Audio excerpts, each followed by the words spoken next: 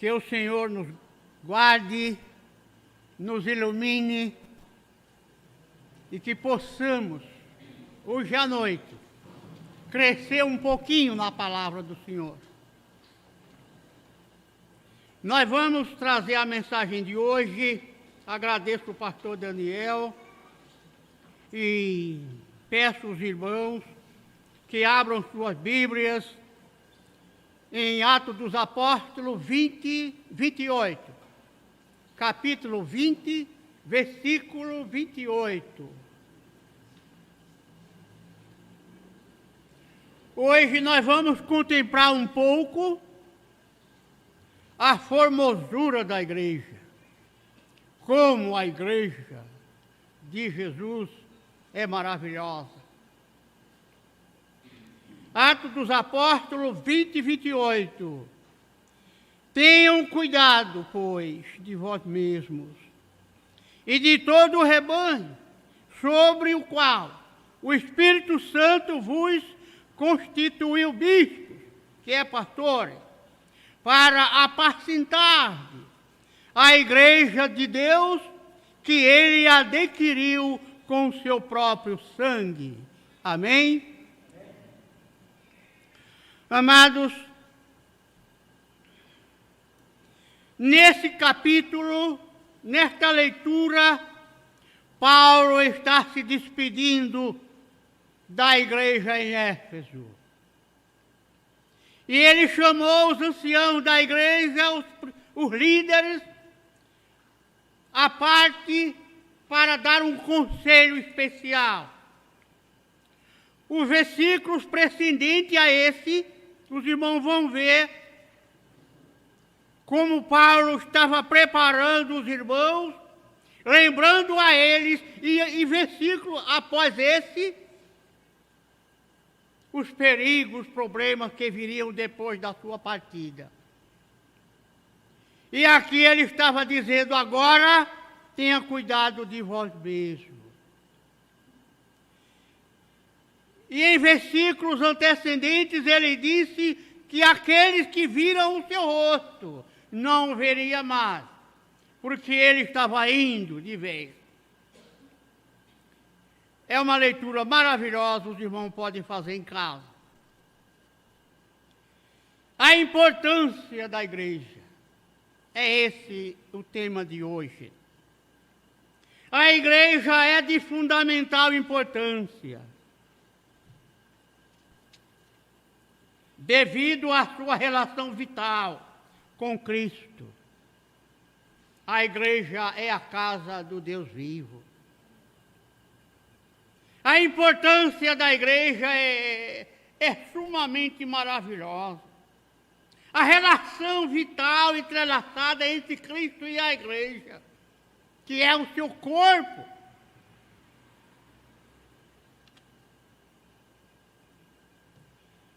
Primeiro Timóteo 3,15.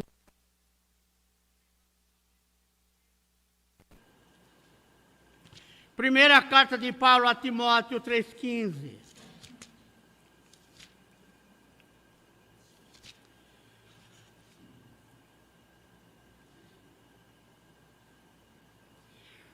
Todavia, Paulo escreveu a Timóteo, todavia, se tardar, para que vós saibais como convém cumprir, isto é, vos comportar na casa de Deus, que é a igreja do Deus vivo, a coluna e fundamento da verdade, o esteio da verdade, conforme a sua tradução.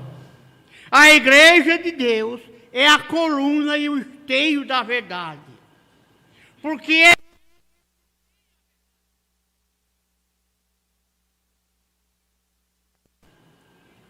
muito bem, o irmão foi buscar. Então, meus amados, é ela que proporciona conforto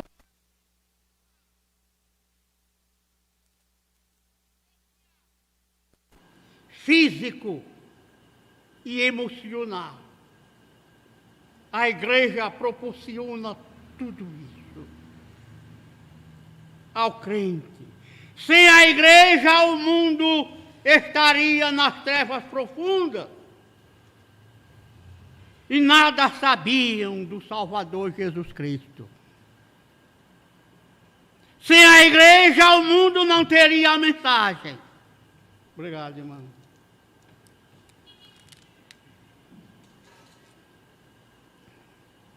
Por isso, a sua importância é muito grande. Um preço valioso. Tanto a igreja como o crente tem a ideia de uma compra. Isso a igreja já sabe. Fomos comprados pelo sangue de Jesus. E o texto aqui hoje à noite falou que ele adquiriu a igreja dele com o seu próprio sangue. Sangue de Deus. Está no versículo. Tenham cuidado, pois, de vós mesmos e de todo o rebanho, sobre o qual o Espírito Santo vos constituiu pastores, para apacentardes a igreja de Deus, ou do Deus vivo, conforme a sua tradução, que ele adquiriu com seu próprio sangue. Amados, esse é o preço pago por Deus mesmo, a sua própria vida na cruz, para a nossa redenção. Aí mostra a sua importância. Cada crente individual, ou como coletivo, igreja, tem a ideia de uma compra. Compra esta no valor de uma vida. A vida de Jesus, de Deus. O nosso resgate. Jesus Cristo, o Filho de Deus, nos lavou, comprou e lavou com seu próprio sangue.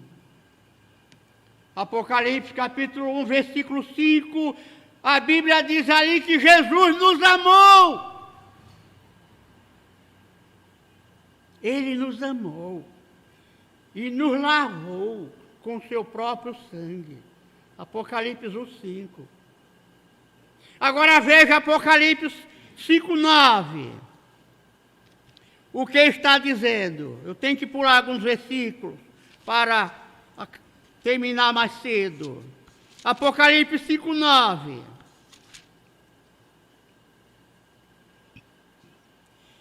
E eles cantavam uma nova canção, dizendo: Tu és digno de tomar o livro e de abrir os seus selos, porque fostes morto e nos resgataste para Deus pelo teu sangue, de cada família e língua e povo e nação.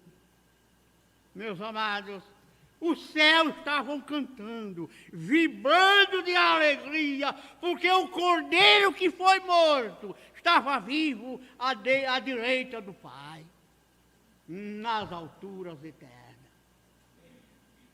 E ao redor dele, os anjos, a corte angélica cantavam.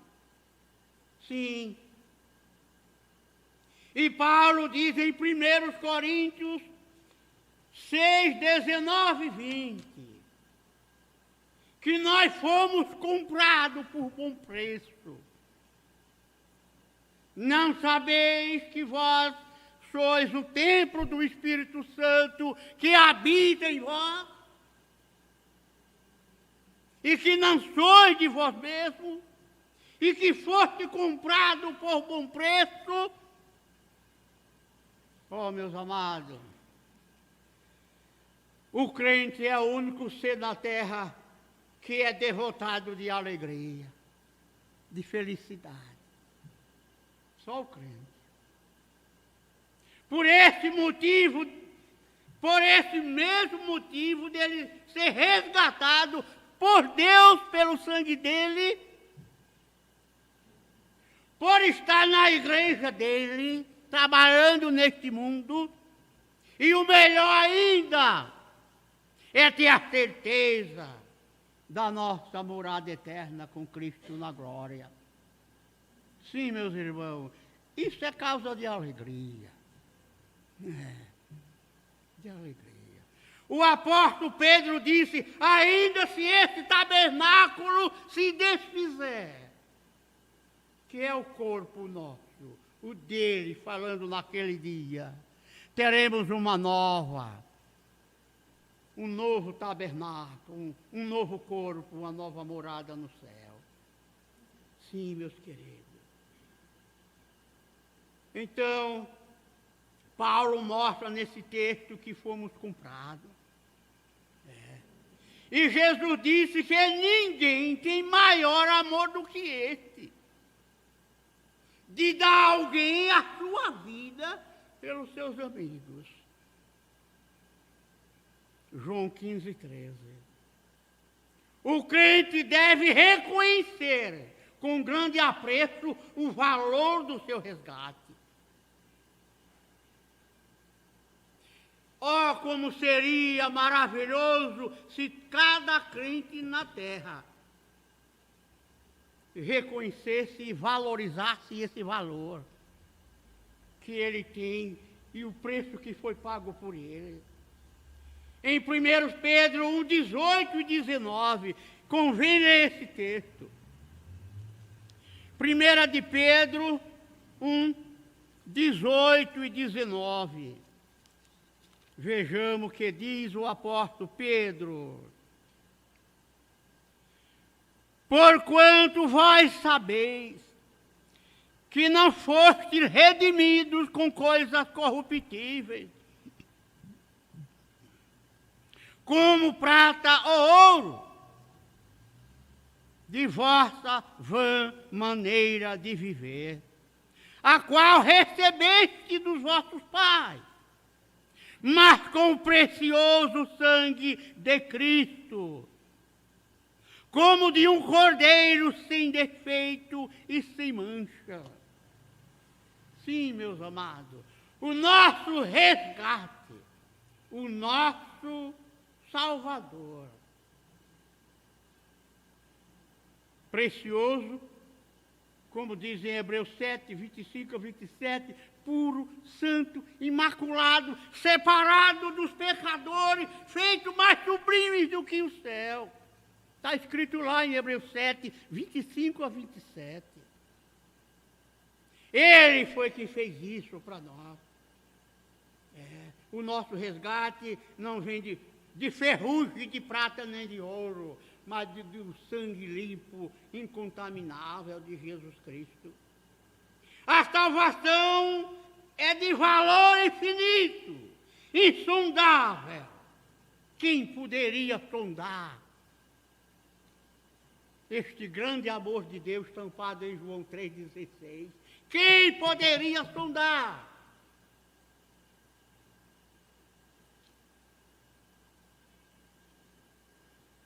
Deus mesmo veio aqui para nos salvar de uma tão grande condenação, estampada na Bíblia, para todo pecador saber que se ele não tiver Jesus, vai para o inferno. Quando morrer, vai. Foi o fato de maior ato de amor de Deus, ter dado Jesus para nós. Nós estávamos sem saída. O mundo está sem saída, sem Jesus. Mortos, alquebrados pelo pecado, expostos à condenação eterna. E isso não é uma ficção. Romanos 3, 23 está escrito: separado está de Deus. Separado. Veja o texto de Romanos 3, 23. Veja o texto aqui. Romanos 3, 23. Porque todos pecaram e estão privados, que quer dizer cortados ou separados da glória de Deus. Todos. Aqui é a gente inteira da terra, todos. E o capítulo 6, 23 diz, mostra o remédio para esta situação terrível. Porque o salário do pecado é a morte, mas o dom gratuito de Deus é a vida eterna, por Jesus Cristo nosso Senhor. Sim, o salário daquele que está condenado é a morte, mas o dom gratuito de João 3,16 é a vida eterna. É a vida eterna. Por Jesus Cristo, o nosso Senhor. Sim, meus amados. E aí de Efésios 2, 1 e 5 fala que nós estávamos mortos nos nossos delitos e pecados. Imagina isso. Nós estávamos indo a uma perdição terrível. Nós estávamos descendo para o inferno. Até que os nossos olhos se abriram pelo Espírito Santo de Deus e pudemos ver Jesus Cristo e fomos salvos. Isto é importante. A sua importância. Amado, vamos ponderar um pouquinho esse ponto agora. A sua importância. Há alguns crentes que não dão importância à igreja.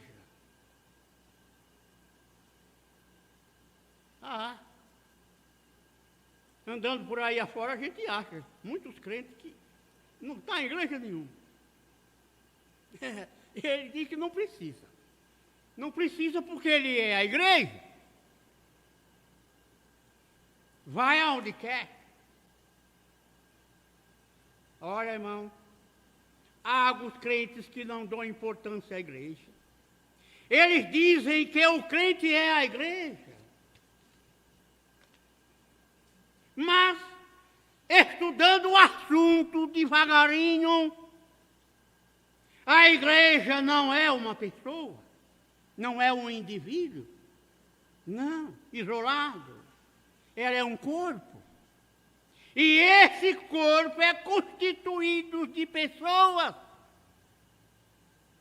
Está aqui o corpo. A Bíblia de São Pedro. Este é um corpo. E Jesus Cristo é o seu cabeça, o seu chefe. Isto é uma igreja. Meus amados, 1 Coríntios 12, 28. Vamos lá rapidinho. 1 de Paulo aos Coríntios 12, 28. Aqui Paulo está falando que os primeiros membros da igreja foram os apóstolos. Veja bem. 1 Coríntios 12, 28. E Deus colocou alguns na igreja, primeiro apóstolo, em segundo lugar profetas, em terceiro mestre, depois milagre, depois dom de curar, de ajudar, de governar, de diversidade. E daí caminha para uma multidão de coisas. Mas a igreja começou com os primeiros membros dela, os apóstolos.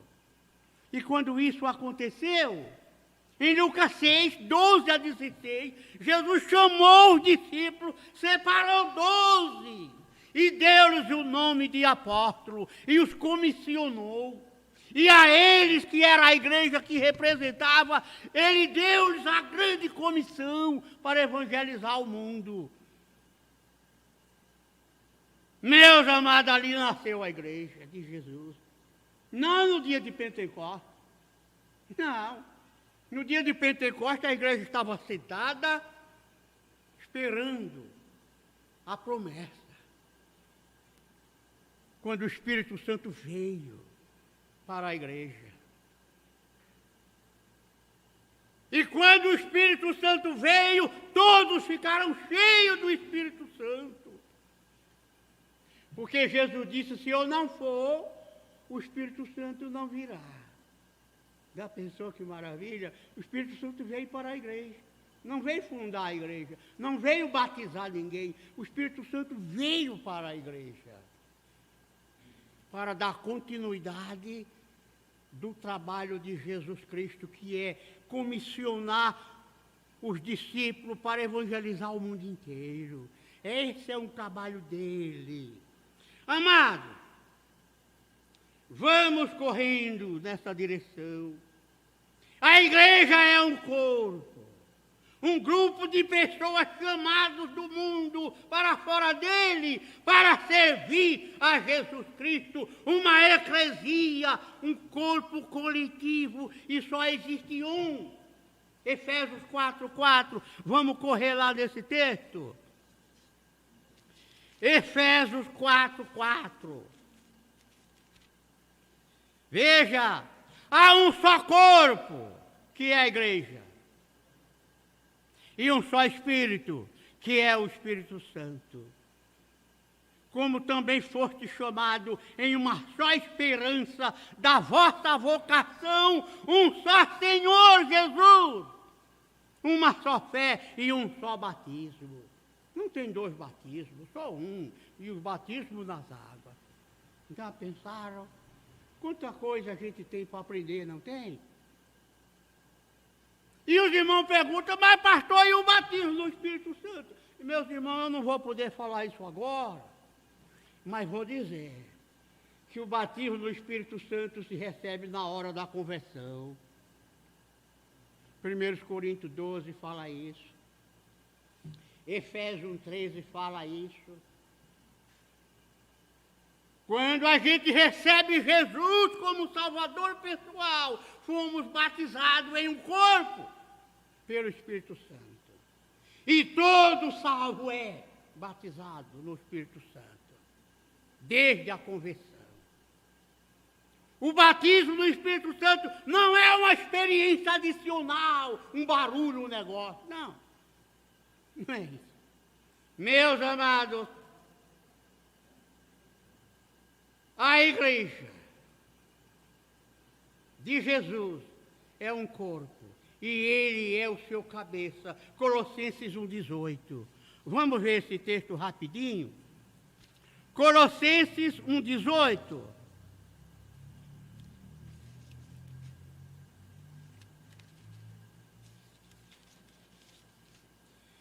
Meus amados, esse texto aqui é um texto muito profundo. É um texto muito profundo porque ele está falando da supremacia de Jesus Cristo. Vamos anteceder 3 versículos. Vamos começar com o versículo 15. Fala sobre ele, Jesus, o qual é a imagem do Deus invisível, o primogênito de toda a criatura, porque nele todas as coisas foram criadas, nos céus, na terra, visíveis e invisíveis, sejam elas tronos, ou dominações, ou principados, ou potestades. Todas as coisas foram criadas por ele e para ele.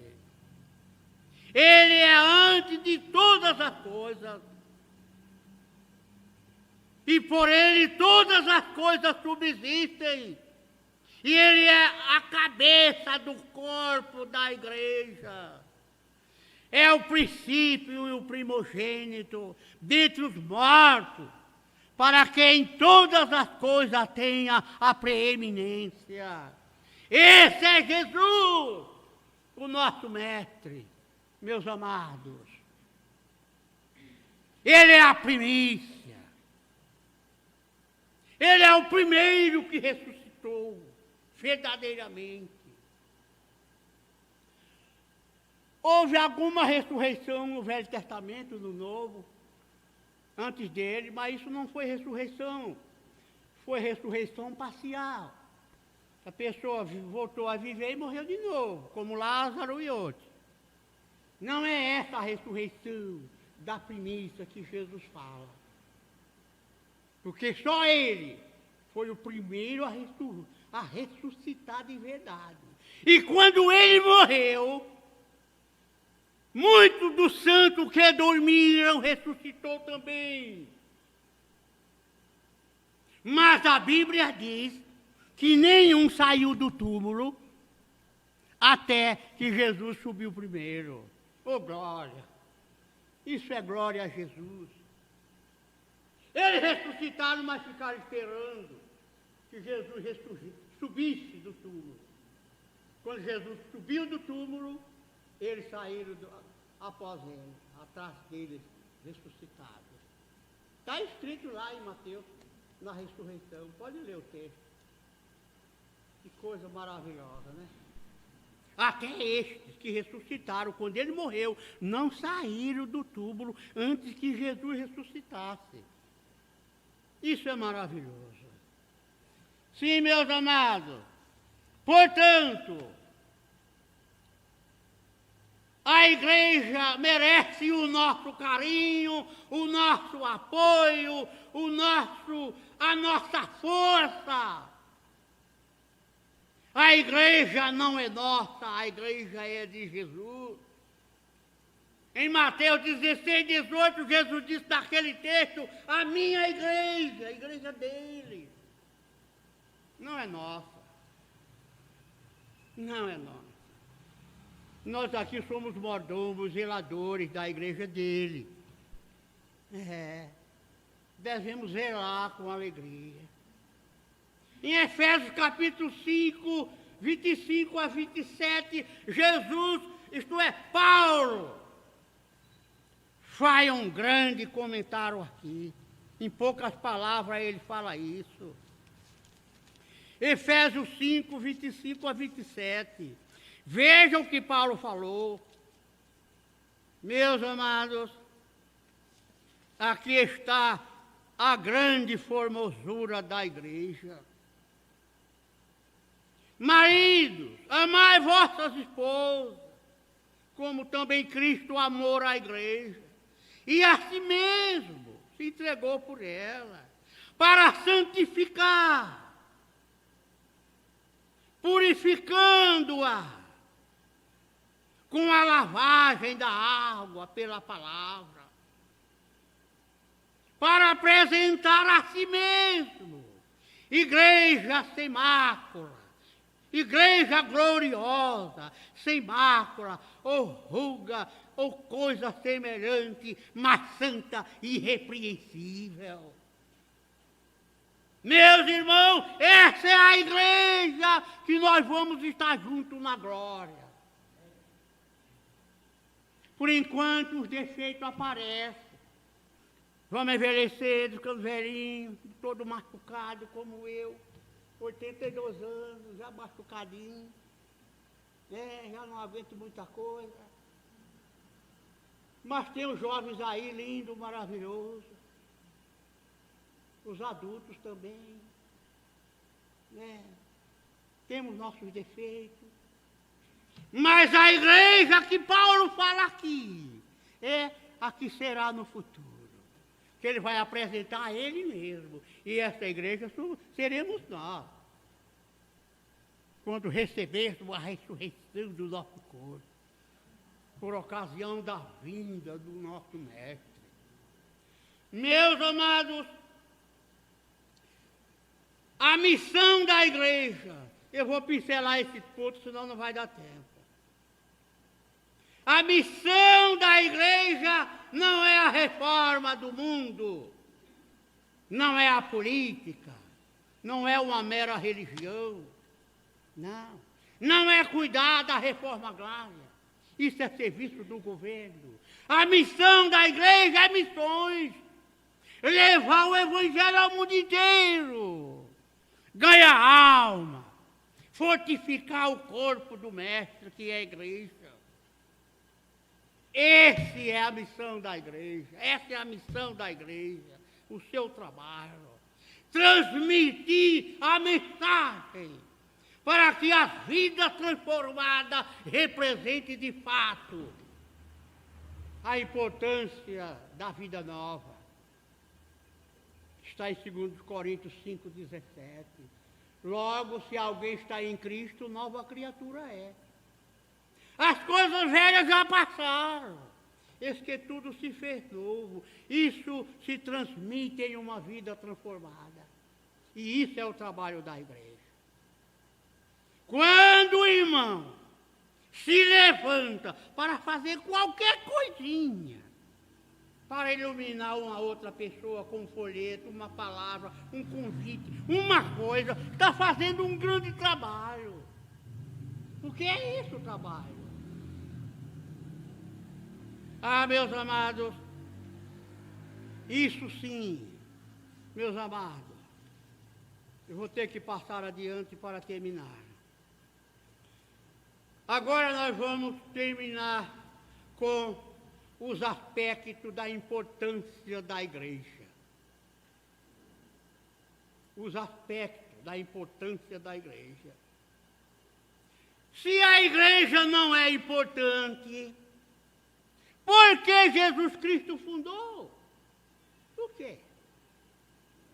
Ele ia fundar uma besteira?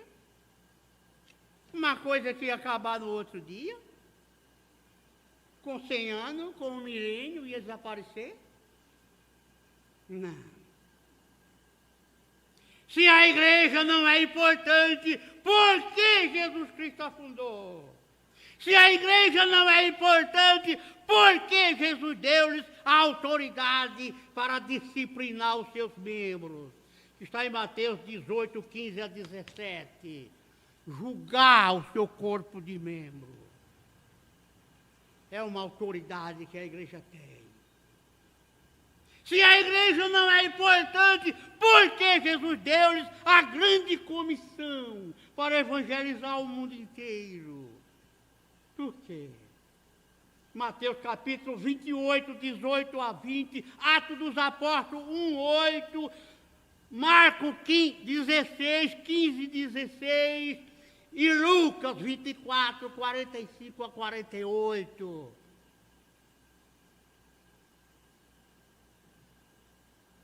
Meus amados, e ainda, se a igreja não é importante, por quê? Jesus enviou a igreja para fazer discípulos, ensinar e batizar as pessoas. Se a igreja não é importante, por que Jesus morreu por ela? Por quê? Está vendo, meus amados? Está vendo, meus amados? A igreja tem tudo para nós. Tem tudo. Eu não pude falar em algumas coisas, mas a igreja tem tudo para nós. Tem conforto, tem amparo, tem assistência, tem ajuda comunitária, socorre os seus membros. Ela vive para cuidar do seu corpo. Isso é importante. Sim, importante.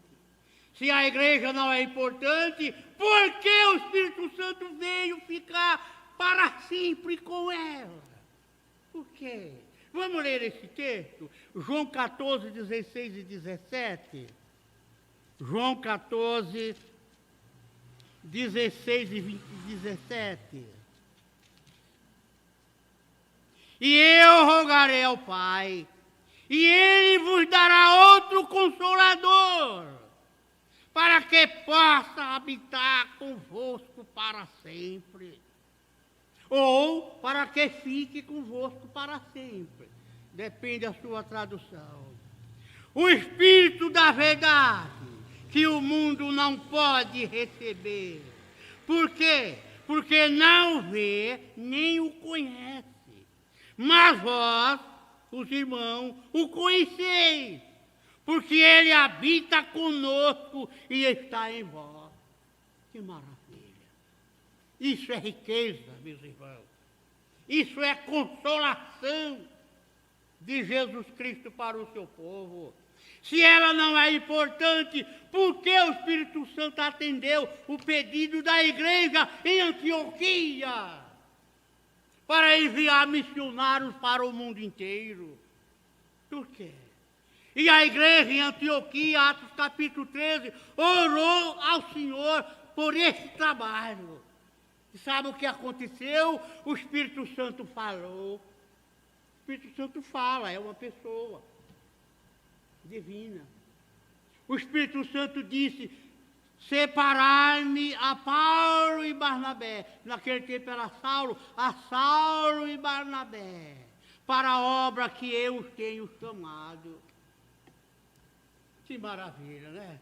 O Espírito Santo não fala cutucando as pessoas como alguém aí pensa, não. Não. O Espírito Santo é uma pessoa, é Deus. E Ele fala. Ele direciona, Ele guia, Ele conduz, Ele leva os evangelistas. Ele convence os pecadores. Sim, meus amados, devemos reconhecer os aspectos da importância da igreja e derramar a nossa vida no altar do Senhor para fazer aquilo que for possível, que as nossas mãos alcançarem. E vamos correndo para terminar, que o tempo não dá para fazer tudo. Que lindo é a igreja, não é? Que lindo é a igreja. Como é maravilhosa a igreja. Paulo coloca em altos tons, lá no texto lido de Efésios 5, 25 a 27. E o apóstolo Pedro, ele mostra para nós o que a igreja é. Vamos terminar com esse texto. 1 de Pedro 2,9. Vamos lá rapidinho. Depois disso, o nosso irmão dirigente tem a palavra. 1 de Pedro 2,9. Isto é 2,9. 1 de Pedro 2,9. Vê que maravilha, meus irmãos. Mas vós sois a geração escolhida, que quer dizer eleita, o sacerdócio real, a nação santa, um povo peculiar, para que anuncieis os louvores daquele que vos chamou das trevas para a sua maravilhosa luz. Ô povo santo, maravilhoso, bendito é a igreja do Senhor. Amém, meus queridos? Deus abençoe. E o nosso dirigente tem o púlpito.